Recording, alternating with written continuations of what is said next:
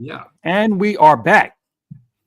Welcome to the SoapBox, the place where people who work, volunteer, and care about recovery tell us who they are and what they're most passionate about. Today, my guest is Arnaud Plaire, life coach for dads. Arnaud is a happily married father of two who left a six-figure income to dedicate his time to what really mattered to him, contributing to the version of the world he wanted for his kids. Arnaud, thank you for coming.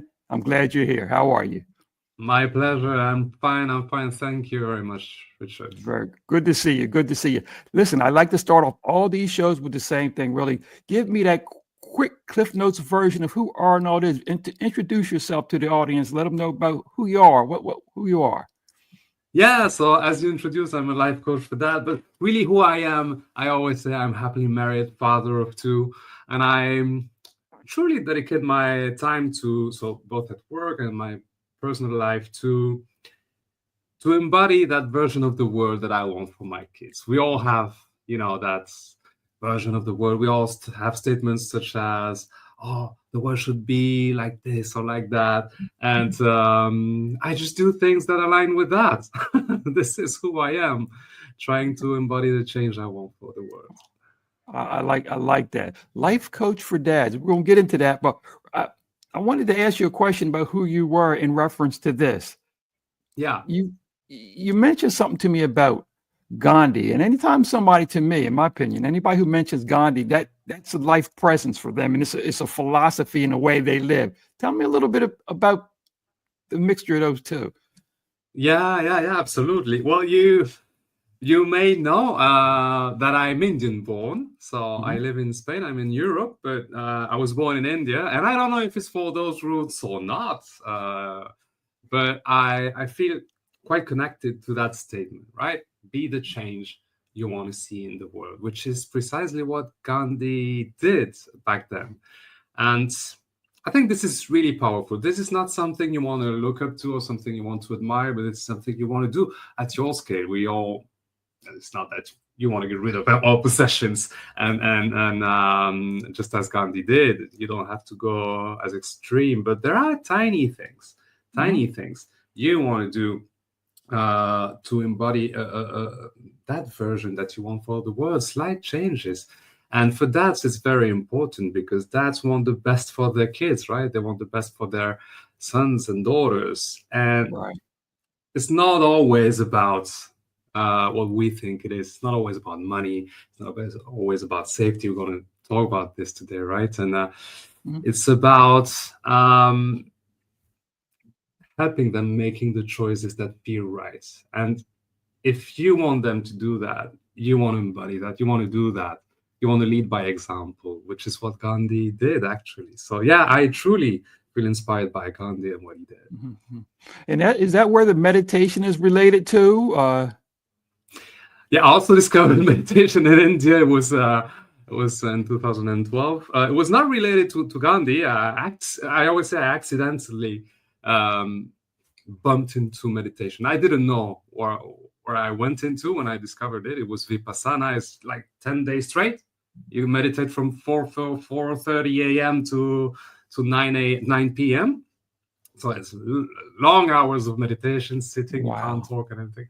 I didn't know what it was. Somebody told me, you could do Vipassana and you can't talk to anyone 10 days in a row. And I thought, I like talking, so that's going to be kind of a challenge. I like challenges as well. Let's do that. And then after 20 minutes, I thought, oh my God, I hate that.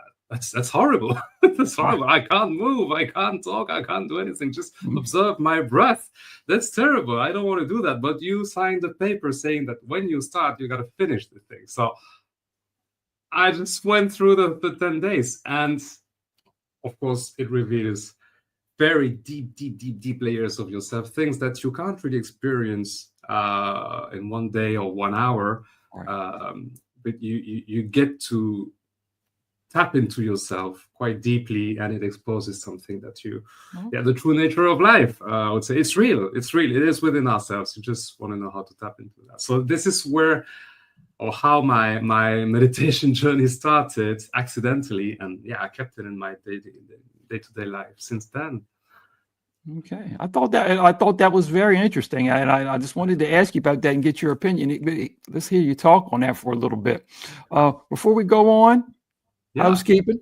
Show notes section is very important to this show. Okay. Okay. So hey, you can get all the information about Arnaud, including his contact information and current and future projects. Okay, in this show notes section, and some more of his thoughts, hopefully. And also, there's information for the parents and mentors of young adults between the ages of 7 to 24 for a non-clinical process that works with any other intervention that you're using currently. And we also have more information for practitioners who want to combine this service with their service. Okay, so Arnaud, it's time for you to step up on the soapbox. Okay, you're going to get up here, and we're going to talk. We're going to talk your talk. Okay, and the first thing I want to serve up to you is this. Tell me about the 3 mistakes you think dads are making in reference to providing for their children. Oh yeah. How do you see that? Yeah. There are common mistakes indeed. So, and the 3 most common mistakes I see. The first one is that. And it's subconscious, okay? It's subconscious. It's not that dads do that consciously, but they kind of don't walk the path they want their kids to walk or to go through. What do I mean by that? Dads want the best for their kids, of course. And they do things like I often see dads who they can have multiple jobs, and they really try to find solutions to provide for their kids so that they don't have to do the things that they do right now, so that their kids don't have to go through what they're going through. But the problem by doing that is that you embody a way of doing, a way of being that you transfer onto your kids. So you got to transition out of that, which is why actually you probably notice that patterns repeat themselves. Mm-hmm. From generation to another one to another. Why is that? It's because kids don't. You can tell a kid 1,000 times, don't do that, don't do that. It's a bit like smoking. You smoke and you tell your kids, don't smoke. It's really bad. Don't do it. Okay, I tell you, you should not smoke. Okay, and you're there smoking your cigarette. What's gonna happen 20 years after is your kids are probably gonna smoke or try to smoke. Okay, so this is what happens with everything we do. We have a behavior as dads that our kids are watching. They're like Big Brother. They're constantly watching us. We are role models. And if we do things, or jobs, if we have a way of nurturing our kids that is based on stress so that they can avoid this stressful situations, it's a bit game over. It's nonsense, because our kids will learn that, that's the way to do. Mm-hmm. That's the way to do. That's the path I have. And my father can tell me, I'm doing that so that you don't have to do this, but it won't work. Your kids are always looking at the behavior. So we want to be careful about that, because it would be a huge mistake to live a life in a way that we don't want our kids to replicate. Right. That's not working. And then the second mistake I would see is prioritizing safety over confidence. So we think of safety, and safety is it's not about, of course we want safety for our kids, but we relate it to money, right? So the more we have, the more we possess, the safer are the kids. So it can start with a bit of money, a bit more, and then a house, and then maybe a big mansion, and then a mansion with walls, and then a mansion with walls and protections, and some guards, and so on. But somehow, someday, the guards can get ill, you can lose the power, there can be a power cut, and then you're there in your mansions, and there's no safety anymore. And the wilderness can come into your house. So how can you really provide safety to your kids? It's the ability. It's about the skills. So it's about... Sorry, but phone call here. It's about the ability to live, actually, in a world that's constantly changing. So you want to build that confidence in your kids, not provide safety. You don't want to give them that fish. You want to teach them how to fish. Okay, I like that. That's basically that. And how can they fish in a world that's constantly changing? You want to build that resilience, that equanimity, and the fact that they can trust the process of life and keep taking action on what is important to them. Now, And then so the first was, usually I see that dads don't walk the path they want their kids to walk. Second, they have a misconception about safety. Actually, that's a mistake. And third, they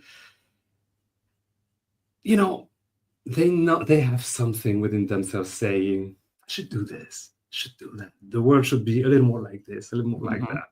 But they don't act on those impulses. Right. They feel like, oh, that's just BS in my mind, right? Let's just not listen to those things, to those voices that tell me to go a little more left or right. And they should, because this is what they're called to be doing. I'm not saying that everybody should leave his job and do big entrepreneurial things. No, but there are small things. Maybe I should call that person, or I should spend a little more time with my kids, or I should pay more attention to this or that, or relate into another way, or don't get so upset. Sometimes these are little things that we don't pay attention to, and we should absolutely do. But we don't do that because they want to change the world. They're out there, right? They want to provide. And it's a bit like mindset of all or nothing. I change the world, I save the world for the sake of my kids. Or if I see that I can't do that, I just forget about everything and just keep doing the things that I've been doing for so long. That keep me in the same loop, by the way. Right. And that's inevitably raises your stress levels when you do that. And remember, your kids learn from what they perceive from you.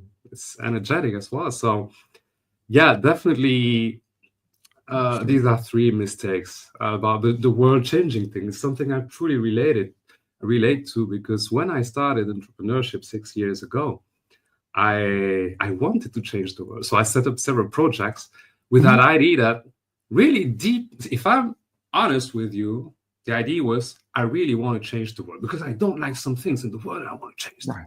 So I set up some technological stuff and that I did not succeed with them. But somehow at some point there's been a shift. There's been a shift when I went to a retreat because my projects did not go well. I had to shut them down and so on. And I thought, oh my God, what am I doing?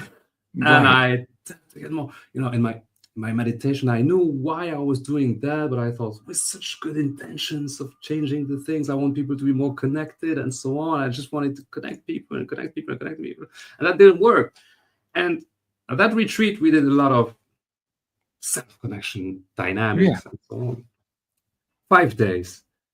That made me realize, and I knew that already because I was meditating already, but I did not really get the why I was meditating and so on. And that reminded me that I don't have to change a thing in the world. I just got to relate differently to the world, and I got to connect with myself. Okay. All right. And with that life that I have within myself, yeah. Or no, next thing I want to ask you, how do dads, and you had some thoughts on this, how do dads get what they really want? And my second part to that question is, what about the ones that are confused about what they want? How do you work that out? What do you think dads should be striving for as far as what they want and how to get that? Yeah, that's a brilliant question. How do they know what they want? And that's really tricky because we are in at a moment in our evolution where there are some massive changes and they happen really fast. And we can see now the technological, for example, evolution, the AI, right? It's moving so fast. The rules are being changed, right? So how do we know what we want?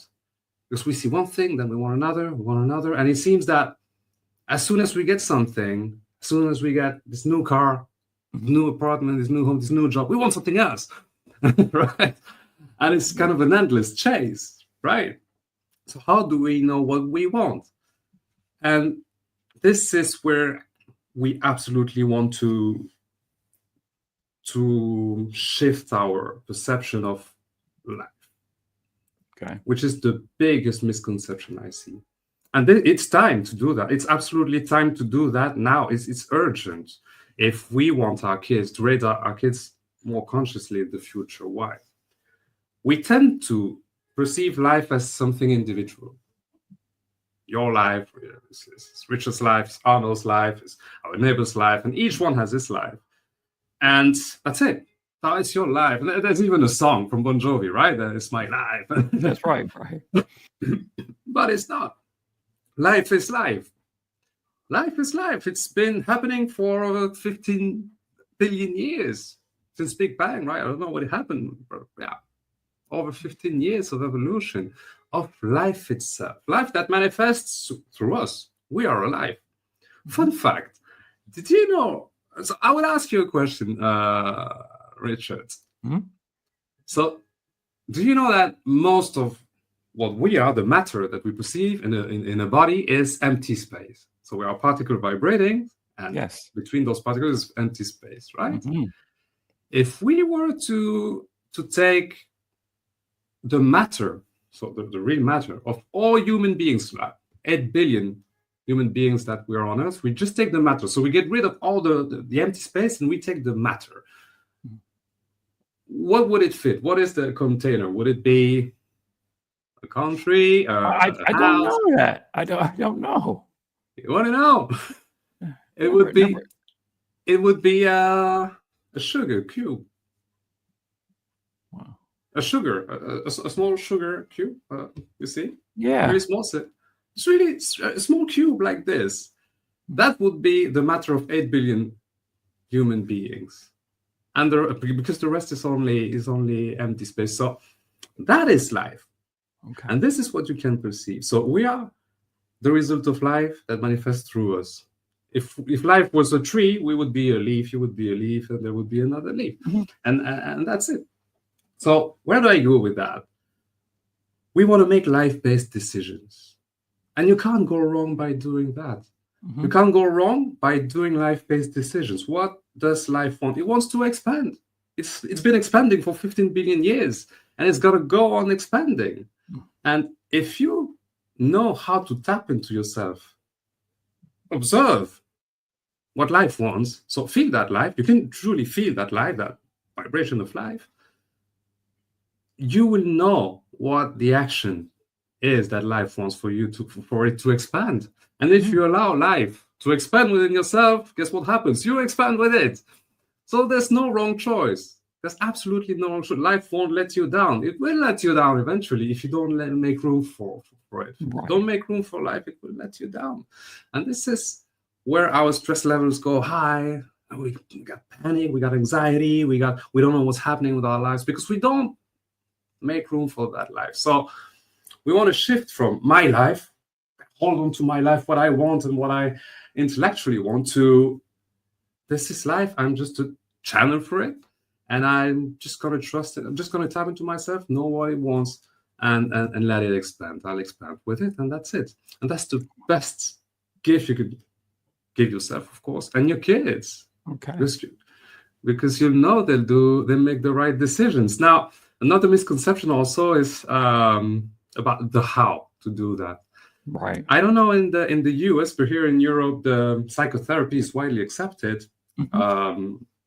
But there's still a lot of misunderstanding about coaching and how to do those processes. I think in the US, people are more open to or understand more about coaching, but here people still don't really see the difference. And this is what I see. Yeah, I would have thought you told me different. For some reason, I was waiting for you to say, well, in Europe, we're way ahead of you guys.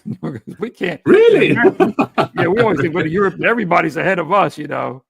So okay, oh, that's funny, because I think in Europe we have the same sensation, but the other way around. That in the US we figure our way ahead of us. So you see, sometimes it's a matter of perception, right? But here, yeah, talking about coaching and therapy, I mean, there's still a big misconception there, and at least here people would not really understand. But for example, I had a process with someone, a short process. We had a few sessions with someone here, and he was really, really happy with the process. He wanted to deal with anger, and he got fine. I mean, that was quite quick, and in a few sessions we got him to get aware of what was happening and how to deal with that, and really, really a great process. And somehow in coaching, that evolution, I would say, is ever evolving. You never stop learning and evolving and getting better at what you want. That person comes to me in the last session and last or as a session says, "Thank you so much. I can't be grateful enough. Now I know I can hire a therapist, a psychotherapist." And I thought to myself was, it's okay, it's fine. I said, okay, good. But I myself thought, why? Why would you drop something that's working? I'm not saying a therapy would not work, or you can combine both, but why one or another? Because a therapy is indeed something to release trauma, and coaching something to make you move forward, right? Exactly. So, okay. That was just that was a bit funny. And you got with a therapist, I did not really ask. So it's been a while, but I'm gonna ask how it's working. But that was a funny situation to be. So there was a kind of misconception there. And now there's a third one, which is about mindfulness, meditation. Mm-hmm. You find so many things now online or offline as well. And there's a confusion in the meditation thing, because it's been kind of brought to the market as something. Maybe you have to retire up the mountain. Some things. Some would think, oh yeah, there's some. You gotta live like a monk and so on. You can't do that in your daily life. So, or you retire up the mountain, or you have to go to a 5-day retreat, or you have to be alone in the woods, or you have to meditate 1 hour in the morning alone. Mm-hmm. I don't have time for that. Or worse, I need some audios. I need some YouTube meditations and so on. No, you don't need that. You just want to tap into yourself. You don't need any audios. I never use audios. Don't recommend using audios, to be fair, because you want to be able to tap into yourself, and you can do that walking, talking, eating, walking the dog, working. We can do that right now by talking and having this conversation. So It is an attitude. It is a way of being that helps you make life-based decisions on one hand, and then sustain them in time, which is walk with equanimity, with neutrality, even when things get complicated, right? So this is where I see the misconceptions. It's not something to relax.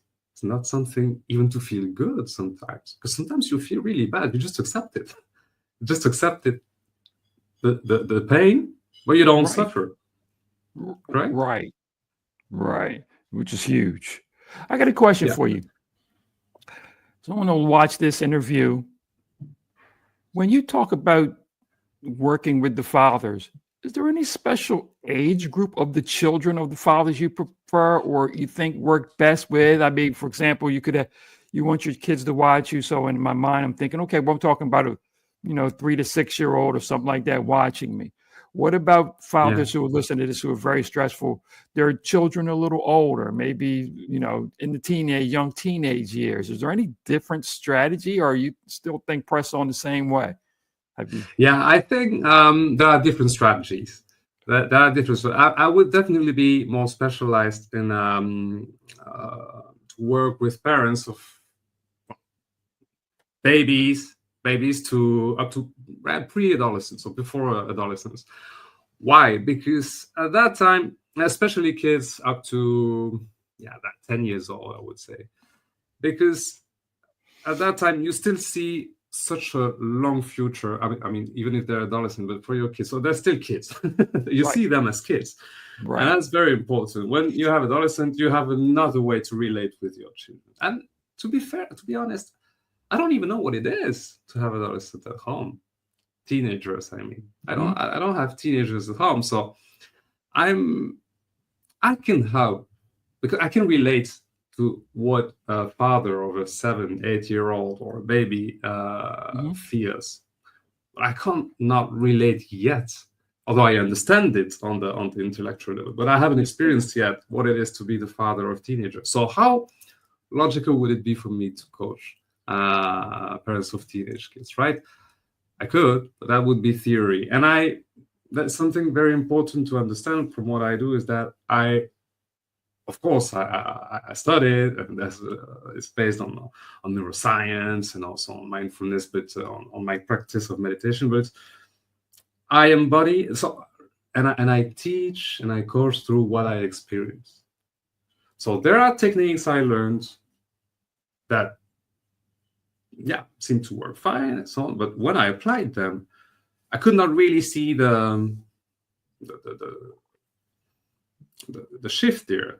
Well, there are techniques that I don't use because they did not work for me. They can, they can work fine for someone else. But when I apply it to me, I noticed how there was something missing there, or I could not connect with. So I would not apply that. Okay. And so I really coach from what I learned, what I apply, but I test everything that I coach with. To be fair, I applied. I'm my first tests. So that's why I would work with parents of babies to 10 years old. Okay, approximately. All right, listen, one more break here. Let's talk about this. The show notes section. I want to remind everybody, this is very important because I'm going to have Arnaud put some of his qualifications and maybe let you know he's got a lot of talents here that he can bring to the table here. We're not going to get through all of them today, but he's got a lot of talents for you fathers or anyone else looking who think that this would be good for them. So the show notes section, you can get all the information about Arnaud, including his contact information, his current and future projects, which we're getting ready to talk about right now, and his thoughts about the recovery process, and also information for the parents and mentors of young adults between the ages of 17 and 24. So we got the older kids, here, non-clinical process that works along with any other invention. Now, you said something earlier I thought was very important: therapy, coaching.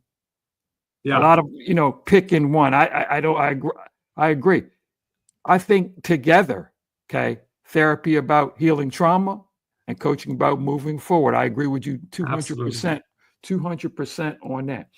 Oh no, I want to talk to you and get you to talk to me about your coaching, and some of the projects that you have going here. Tell me about what you offer. Yeah, I do. Thanks for asking. So I do offer, it's a 12 week long process generally that I work with. It's called the Wake Up Challenge. It is a challenge. So it is a challenge where we meet, of course. So you go through those phases where we deconstruct maybe those myths you have in mind, and we rewrite the story that is helpful for you. This is what the coaching is for. And throughout those 12 weeks, you learn to do the most important thing from my perspective is how to make life-based decisions and how to sustain them in time. And you do that by practicing mindfulness, knowing how to tap into yourself. You do that 10 minutes a day. So that's very easy. It's 10 minutes. You just need 10 minutes a day for 12 weeks to learn that particular technique, which is my own, of course, so that you can make life-based decisions and sustain them in time. And I coach them coach you throughout the whole process. Now, it is true that some people would not, based on the misconceptions that they are and so on, some people would not really understand or maybe may have doubt, which is why I give the opportunity, and especially to your audience, Richard, very important, to join me for 5 days. So I offer a 5-day challenge, you and me. So one-on-one with me is 5 days. We meet every day, 30 minutes, and I lead you through a mini challenge to really regain that passion. So drop your stress level, know what you want, and regain your confidence. Get started with that, and it's free, 100% free. So there's no money commitment. It's just to know each other, know how I work, and that's gold right there, because this show's primarily dealing with people in the recovery space, and I think that for a lot of men with children that age who are dealing in a stressful situation, it's a no-brainer, to get this kind of help and this kind of insight. So, and I was going to make sure that you talk to me about that 5-day challenge and what we was going to offer our guests. So that's pretty good. I appreciate that. I appreciate that. Okay. Oh, welcome. Let's get to some fun stuff here. I wanted to talk to you about a few things. First of all, You're actually my second show All getting right. back. And the first gentleman was an musician also. Okay. So you got a little bit of music in you, I hear. Yeah. I like the drums. I've been playing the drums for oh my God, it's been a long time now, over 20 years. But yeah. Okay. All right. That's in music. I like that. I told the other gentleman, I said, listen, I'm just a wannabe. I admire people to play music. I'm the guy who has the guitar and the bass guitar in the room sitting looking at me, to be just because, and he goes through his scales every 3 months, he goes through scales again. That's me, so I admire that kind of thing, Listen, Well, tell at me, least, yeah. I see that you're very adventurous and outdoor inclined. What's that about? Have you always been that way? What do you mean? What was that? Well, I saw you on a bike. Look like you're on a bike, or you're on the side of a mountain where you're climbing. What were you doing? Like you're at home outside. No. That was a funny thing. Now I talked about once. You probably mean a reel or something you may have seen. Yeah. Yeah, that was me talking about Everest. So, it's a story of not taking yourself too seriously. That's very important also in my way of being. Okay. By the way, I have these boys, telling me for years now, I want to climb Everest. I really have that sensation that I would like to climb Mount Everest, which is a crazy thing to do, right? I'm afraid of heights. I never climbed, really, so I have it's against all odds. I mean, I wouldn't really want to do that in same world, right? But I still have this voice telling me I want to climb Mount Everest. So somehow I made a reel about that, and I was on the top of a small mountain. Yeah, when I saw it, I said, "Oh, he looked like he's getting something done over there." Yeah. Yeah, but the mountain was like 1 meter high. So that was the end of the video, saying, okay, you got to start with something. But I was just made a message of saying, okay, you can set your goals, but somehow you got to know also which goals are important to you. I can have those voices, but do I want to listen to them? I just decided to make fun of that and say, that's great. Let's start with something. It's 1 meter high. It's a summit for me. And but let's not take ourselves too seriously. And the last thing, are you? I heard you mention something else, which I was curious about. Is listen to these things, race car fan. Oh yeah. Formula One. Okay. I'm a big fan, but I'm not a fan of any driver. So it's not about the drivers and the competition. What I truly admire in that sport is the growth mindset. So how they constantly doing things better and better and better. I mean, on one lap, the difference between the first and the last one might be 0.2 of a second, which is a blink of an eye, right? Right. So it's impressive to see the level of commitment and precision in all what they do, and also the fact that they're so consistent at everything. I learn a lot, and I'm truly inspired by this. Although I know some may say that they're polluting and so on, but they're also looking for solutions to lower the contamination, and it serves the rest of the world and the industry. So it's not a bad thing. It depends on how you see that. But regarding that sport, it's something, I truly admire that mindset that they have. I learn a lot from that. That's good. Excellent. Thank you for sharing that for me.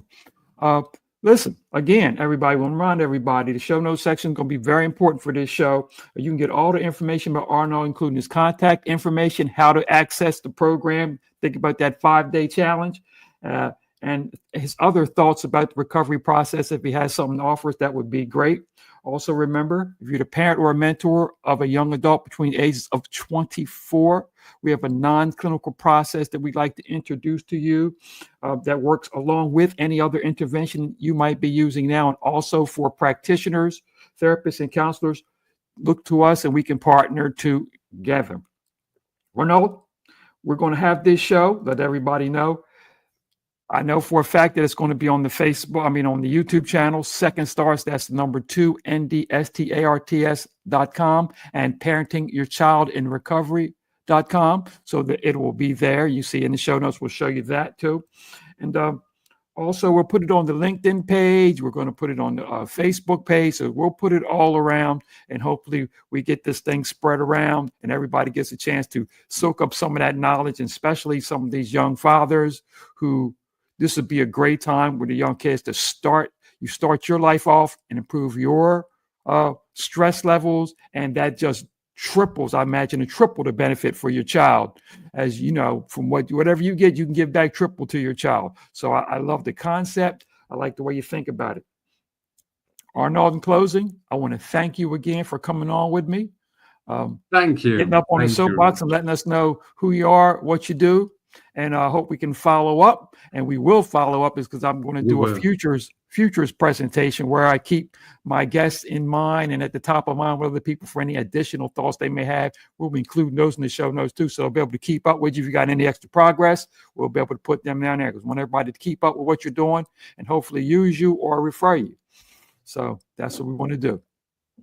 Thank you so much, Richard. I had a really great time. Really. Thank you so much.